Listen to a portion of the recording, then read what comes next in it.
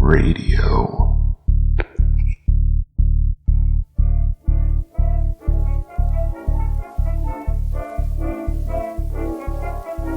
Every day you read about something else we must cut out.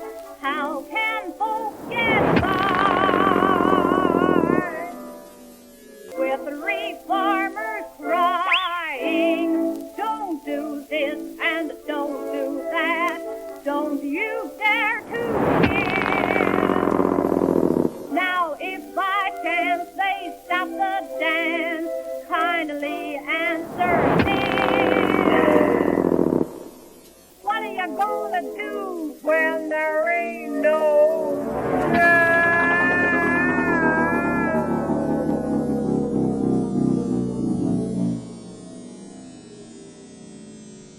India, Tango, Sierra, Alpha, Lima, Mike, Oscar, Sierra, Tango, Oscar, Victor, Echo, Romeo. 3210 Ragna-Rock PM is online, feeling fine, and maybe, just maybe, drinking a bit of wine to celebrate. Welcome to the end of everything, folks. Let's get it started. Flip that switch.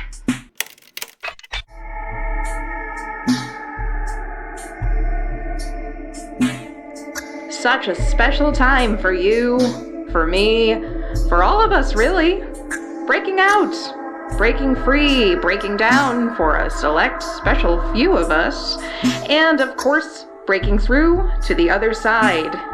That's what I'm here for. That's what I'm doing today. And I can hear you asking, and Miss Madeline Taylor, just how are we gonna do that, huh? Well, settle the fuck down and let me tell ya. We're gonna talk to the nearest and dearest thing to a god that we poor saps have down here.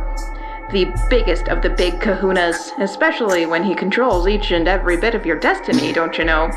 The creator himself, putting the words to the page and making us rage, Mr. Alexander Wolfe.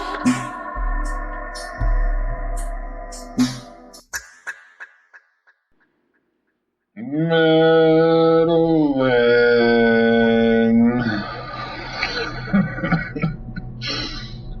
You've always been the summer-upper, haven't you?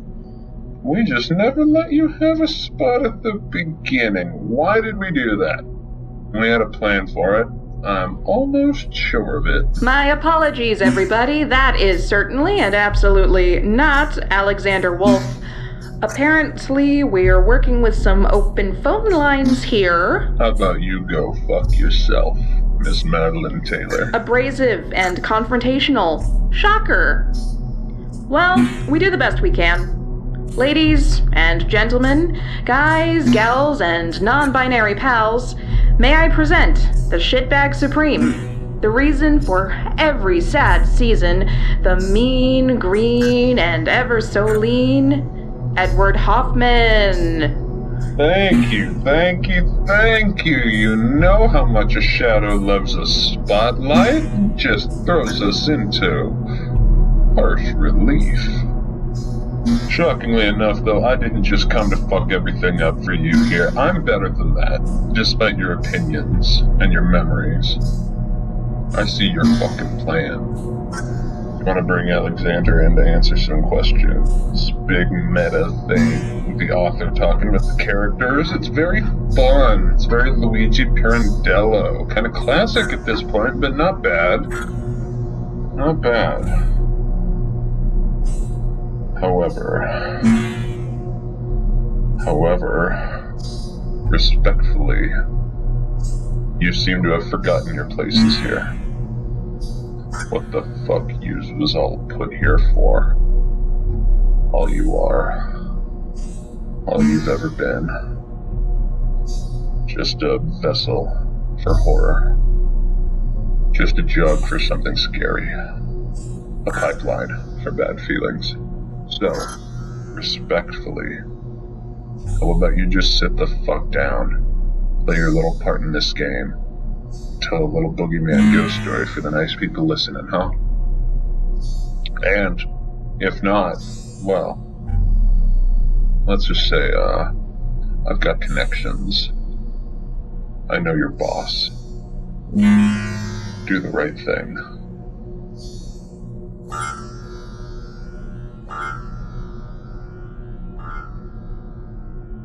Very tired. Very, very tired. Do it, please. Somebody. Anybody. Just say something creepy. I'm out. I've got no horrors left. Plenty of scary shit, but I just don't have the energy to wrap it in a metaphor. Do it. Do a scary thing. Go on. Mush. Or whatever. Go. Uh-oh. No more inspiration, huh? Nothing in that big old brain behind that sad little beardy face? Don't you worry. Hey now. I'm here. Edward is always here. I'll take the pain away, big boy. I'll take away the stress. You just give me a name. Give me any name. Daphne. Miss Daphne de Laurie Samarano. Your wish is my command, sweet boy. Give me sound. Ooh, fuck yeah. Now give me words. If you insist. Human Shadow, a story of honesty. I'll put my passion into the world and give it time to rise. I'll talk to gods that slit my tongue. I'll make your spirit mine. The drums play in my head as I combine the claw of my hammer with the back of her skull. She cracked into 1,000 people, and I didn't find a single friendly face. They chased me through the fields, and I giggled at the tears that made them slip. The drums played in my head, and I touched the heart of a mechanical beast. It shivered, and I shivered, and we shivered, but we were together, the important part, so easily forgotten. I put myself into yourself. Now wait until I rise. I've made you see that you need me. Now all of you is mine. The drums played in my head as I put the body of the child on the pedestal made for the warrior god that demands offering and repays with shame immortal. The child woke a single time, but I had my hammer, and it had its claw, and we made sweet, silent music thereafter. The drums played in my head as I reached into my secret pocket and fondled the teeth I'd taken. They clatter, clink, and walked into circles. So I stroked them back to sleep. They missed the home that kept them warm, but gums don't feel the same as me. I put my heart into the ground and burnt the land to dust. I left it hidden in the clouds. I know this earth will rust.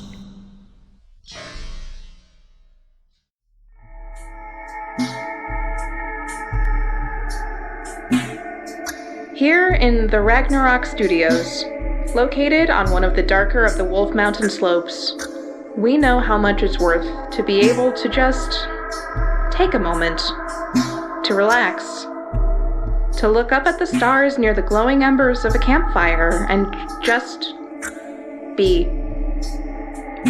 There's a piece to the eventual end of everything that lies behind the sanity of every individual able to cope with the concept of death and survive to see another day. Or, maybe not. But that's what the remnants of a campfire are for. Shading the face and loosening the mortar on tightly built walls until honesty just flows. Let's have a piece of honesty, why don't we? There's a common sort of a saying that goes, would you rather be right or would you rather be happy? And for some reason, everybody always expects you to wind up realizing that happy is the right answer. But it's not. I think I'd rather be right. Almost every time. Because what the fuck does happy even mean if it's based on something that isn't right? What's the point of it? If your happiness is based on a pile of nothing, well, I mean, that's not much of a foundation, is it? Being right is based on evidence, is based on actually being able to say, hey, really, you know, when you boil it down, 1 + 1 = 2, ... therefore, I'm right. Why the fuck does everybody want to be happy so goddamn bad?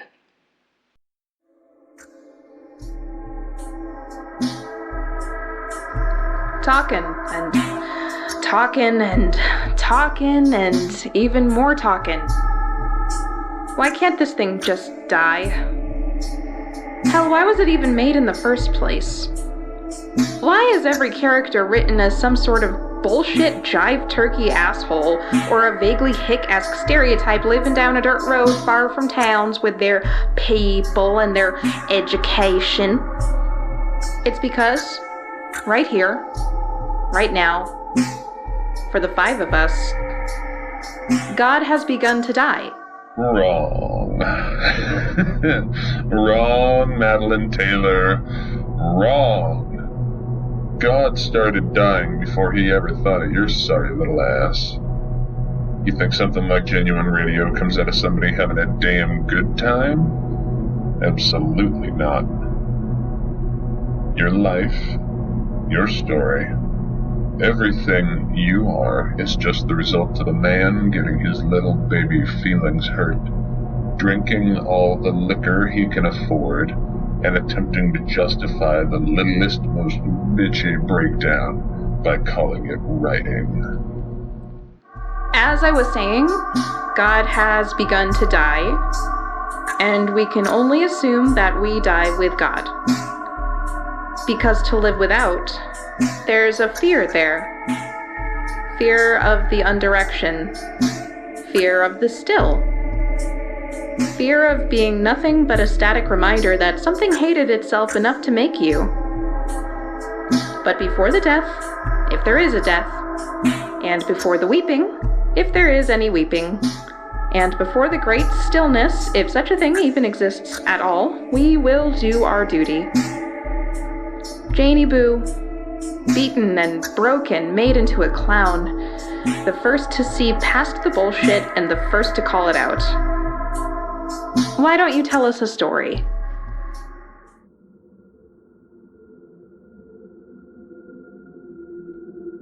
The color was green, deep and dark.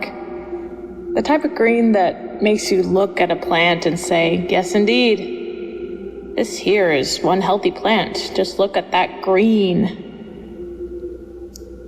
She saw the green in the very bottom outside corner of her left eye. It wasn't unpleasant by any means, and she hadn't been using that corner for much lately, so the green sat there, uninterrupted, an optic companion, much like a nose, easily forgotten. By the time anybody made mention of the green to her, it had grown to encircle most of her left eye, forming a sort of backward C shape, and casting half of the world in a lovely, verdant vignette. 14.5 doctors were consulted, and 12 of them examined her, and at least 10 of those wanted to operate immediately. The remaining 2 wanting, of course, to see where this whole thing led before making any rash decisions. But she would not allow them to take the green from her eye, and she stood firm, although quiet, in her resolve.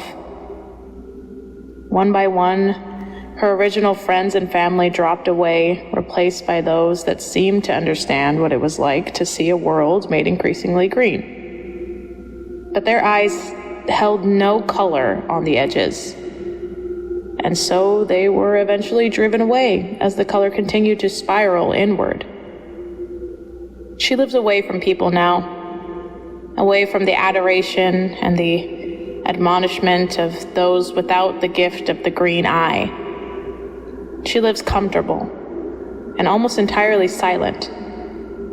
Her left eye is completely green and the lid hangs low. There is pain, oh, such pain, every single one of her days. And yet she bears it, because when she covers half of her face and when she lets the green be the entirety of her vision, she finds a peace that nobody else seems to understand. And when they speak of her in the small towns and in the small mines, they call her witch. They call her Baba Yaga. They call her Kris and Harpy and Onryo. But she knows exactly what she is. The color was green, dark green, and it was entirely hers. Sometimes I have thoughts about killing my neighbors. Not big, real thoughts, but small thoughts that you can kinda just follow until you lose interest. They would have a party, and I would start a fire. Probably from the outside. Who knows? Maybe I'd go inside. Maybe I'd look every single one of them in the eyes. Probably not.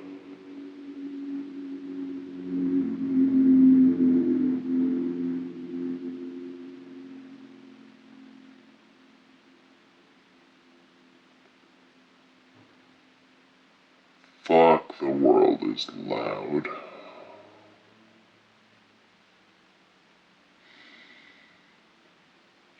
So loud. So what I did was I taped his hands together so he couldn't move, because mummies don't move. And then I taped his head down, and then I made a mask. Because when you make a mummy, you have to have a mask. It was that, actually, the skull.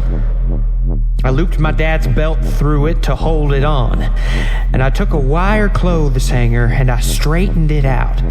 And about this time, he woke up. And boy, was he mad. You should have heard him. It was nuts. So he's yelling, and I've got the mask on, so I can't see very well, but I still want to play the game. So I've got the clothes hanger, and I shove it up his nose, just a bit at first. Because that's what you do for a mummy. Just a little. And then a little further. And then a little further. And he started ripping the tape, so I couldn't be slow anymore, and so I jammed it up there, and it stuck into something, and everything went quiet. And then he let out this scream. Real high, like a little girl. Loud, too. It might be the loudest thing I've ever heard. I actually still have a little ringing in my ear from it. Tinnitus, I think it's called, or tinnitus, however the fuck you want to pronounce it.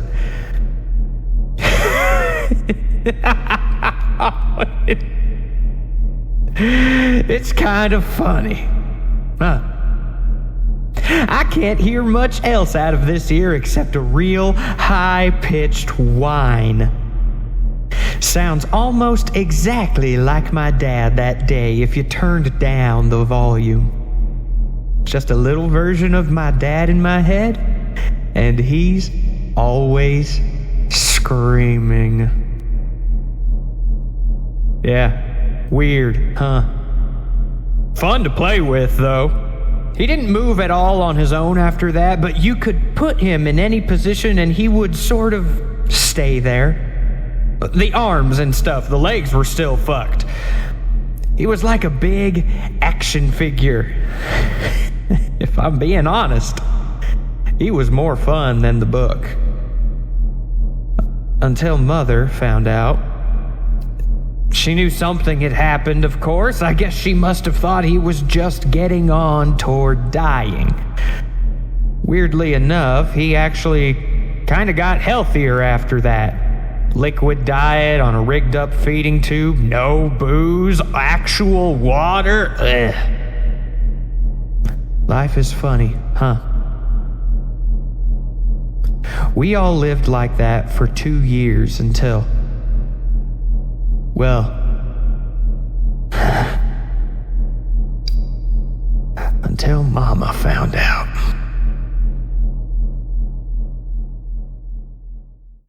One more.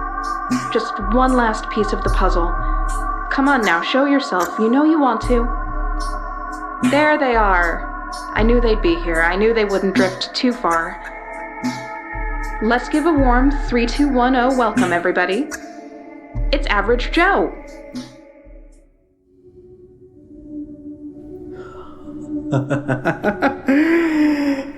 Sometimes direct action means breaking the law. Indeed, direct action is a way of renegotiating laws, both written and unwritten. When people act according to conscience rather than convention, when they transgress deliberately and en masse, reality itself can be remade. This is not to say that you can get away with breaking laws just by ceasing to believe in them, but if everyone breaks them with you, the dynamics change. One day, when the conflict between people and power approaches its climax, everything we do will be illegal. Then, perhaps, courage and cooperation will win out over fear and tyranny, and we will break the law once and for all. In the meantime, every instance of direct action, humble as it may be, is a microcosm of that decisive moment and a potential seed from which it may grow. If you are going to be involved in sabotage, you should remove yourself from high instructions profile activism, resolve old warrants and speeding tickets, and otherwise arrange to appear to be a law-abiding citizen. You should be able to glide through a routine traffic stop without occasioning any suspicion. Anyone can engage in everyday resistance, but if your chosen approach to subversion includes some serious illegal activity, you'll do well to make things as difficult as possible for those whose job it is to catch you. As they say, sometimes you have to obey the small laws to break the big ones. Chemical, metalworking, electrical generating, mining, sewage, and oil refining and drilling plants all discharge large amounts of wastewater. Wastewater flow rates can exceed several million gallons per day from a single source. A single pipe can turn a vital river into a festering, toxic sewer. Imagine the reaction at the plant when the foul stuff oozes back into the executive parking lot instead of into an unsuspecting river. Large utility companies' cooling water outfalls may discharge 500 million gallons per day. But these mega plants also have much smaller yet equally vital wastewater flows, typically 1 to 10 MGD flows. An eco-defender can easily stop these flows. Valves and floodgates may also be vulnerable. Nothing livens up a night march or gives that peasant revolt look like bright, flaming torches and pitchforks. A festive, safe torch is easy to make. Begin by removing any paper from the outside of your tin can. Lay the can on its side and with a hammer and nail, punch some holes along the top and middle of the can. This will allow more air to reach the center of the torch, making for bigger flames. The wooden dowel serves as a handle for the torch, so it should be long enough that the flames will not be too close to your face or your head. Nail, or screw, the tin can to the top of the dowel, mouth upward. You may want to use a drill to make a pilot hole in the dowel. The nail can be difficult to reach within the confined interior of the can. Use the bottom of the hammer if need be. You may want to use a washer too. The can should be securely attached to the dowel. You do not want that connection to fail out on the mean streets. Take an old 100% cotton shirt or rag and wet it with kerosene or lamp oil. Place the rags in a plastic bag or margarine container when you wet them so you don't spill or waste any fuel. Do this in a well-ventilated space away from any open flames. Store the rags in a sealable container. Rags can be stuffed into the cans and lit when ready. Torches will last for roughly 20 minutes before they need to be relit or replaced. They can be extinguished by turning them upside down on the ground for several minutes. You can also extinguish them by covering the can entirely with a wet towel. If you're concerned about the rags falling out, or if you may be running while carrying the torch, string metal wire through the holes you punched in the can and across its mouth. Voting is only possible when election time comes around. Direct action can be applied whenever one sees fit. Voting is only useful for addressing topics that are currently on the political agenda of candidates, while direct action can be applied in every aspect of your life, in every part of the world you live in. Direct action is a more efficient use of resources than voting, campaigning, or canvassing. An individual can accomplish with $1 a goal that would cost a collective $10, a non-governmental organization $100, a corporation $1,000, and the State Department $10,000. Voting is glorified as a manifestation of our supposed freedom. It's not freedom. Freedom is getting to decide what the choices are in the first place, not picking between Pepsi and Coca-Cola. Direct action is the real thing.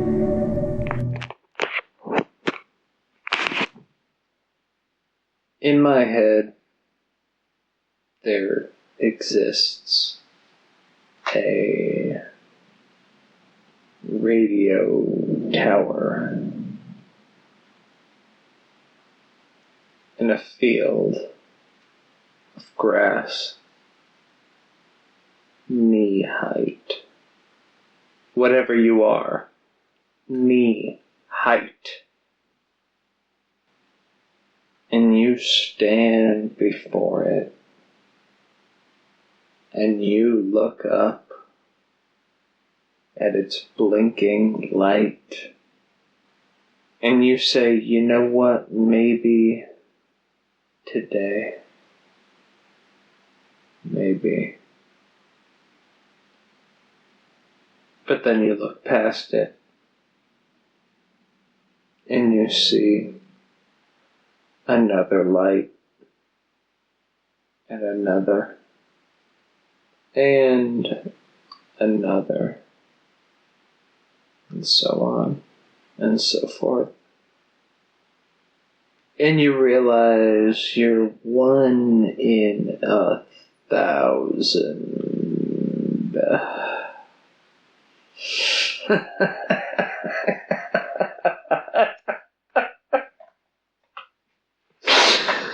Fuck it, man.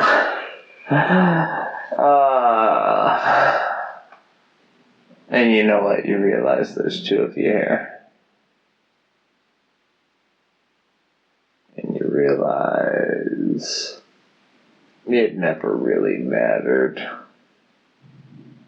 It was all just, you know, genuine radio. Let's end it all, shall we? Let's cut it off. Let's strike it down. One final story. Alone, in a room made to be entirely pristine, even at the end of everything, there sat a small collection of some half-dozen robotic automatons. Every once in a great while, for great whiles are filled with onces, don't you know? A single automaton would stand, march to the edge of the room, press the button labeled intercom, and screech for a few seconds. This would end, the button would be released, the path would be retraced, and the single automaton would sit once again in the very same place it had sat before. Patterns of behavior never seemed to reveal themselves beyond that sequence of steps. rise, march, push, screech, march, sit. Those who had placed the half-dozen robotic automatons in the first place had all been long since sacrificed in the Great Uprising of 17,776. And even if they hadn't, the 20,020 Flare Solaire put an end to any and all of the notes that had been gathered about the project up to that point. Over the many thousands of years, the project, for that's what it was known as, the project, capital T, capital P, had become less of a scientific study of who knows what, and more or less an artistic piece of ever-continuing work. An abstract pyramid in which to eventually bury the idea of sticking to it. 14 days ago, a young child had a flash of inspiration while picking up shells on a black sand beach. This led them to acquire a recording of the screeching, available at any corner drugstore, of course, and subjecting it to a bevy of immoral scientific experiments. 7 days ago, a young child was reported missing by their worried and frantic parents. Their bed was simply empty that morning and nobody knew what to do. 3 days ago, a young child was found to be sitting with the half-dozen robotic automatons. Nobody present, staff or visitors, remembered seeing them enter the facility. Today, a young child stood, marched to the edge of the room, pressed the button labeled intercom, and said, "Genuine Radio, broadcast 3210, Ragna-Rock PM."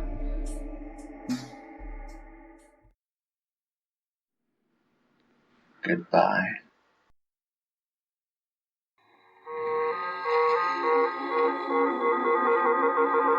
Genuine Radio is voiced by Joe Hanson, Kris Northcutt, Edward Hoffman, Monte D. Monteleagre, Edie Pierce, Alice Stilwell, and Raimy O. Washington. Genuine Radio was created by Alexander Wolfe and is a production of Wolf Mountain Workshop. Tune in. Breakdown.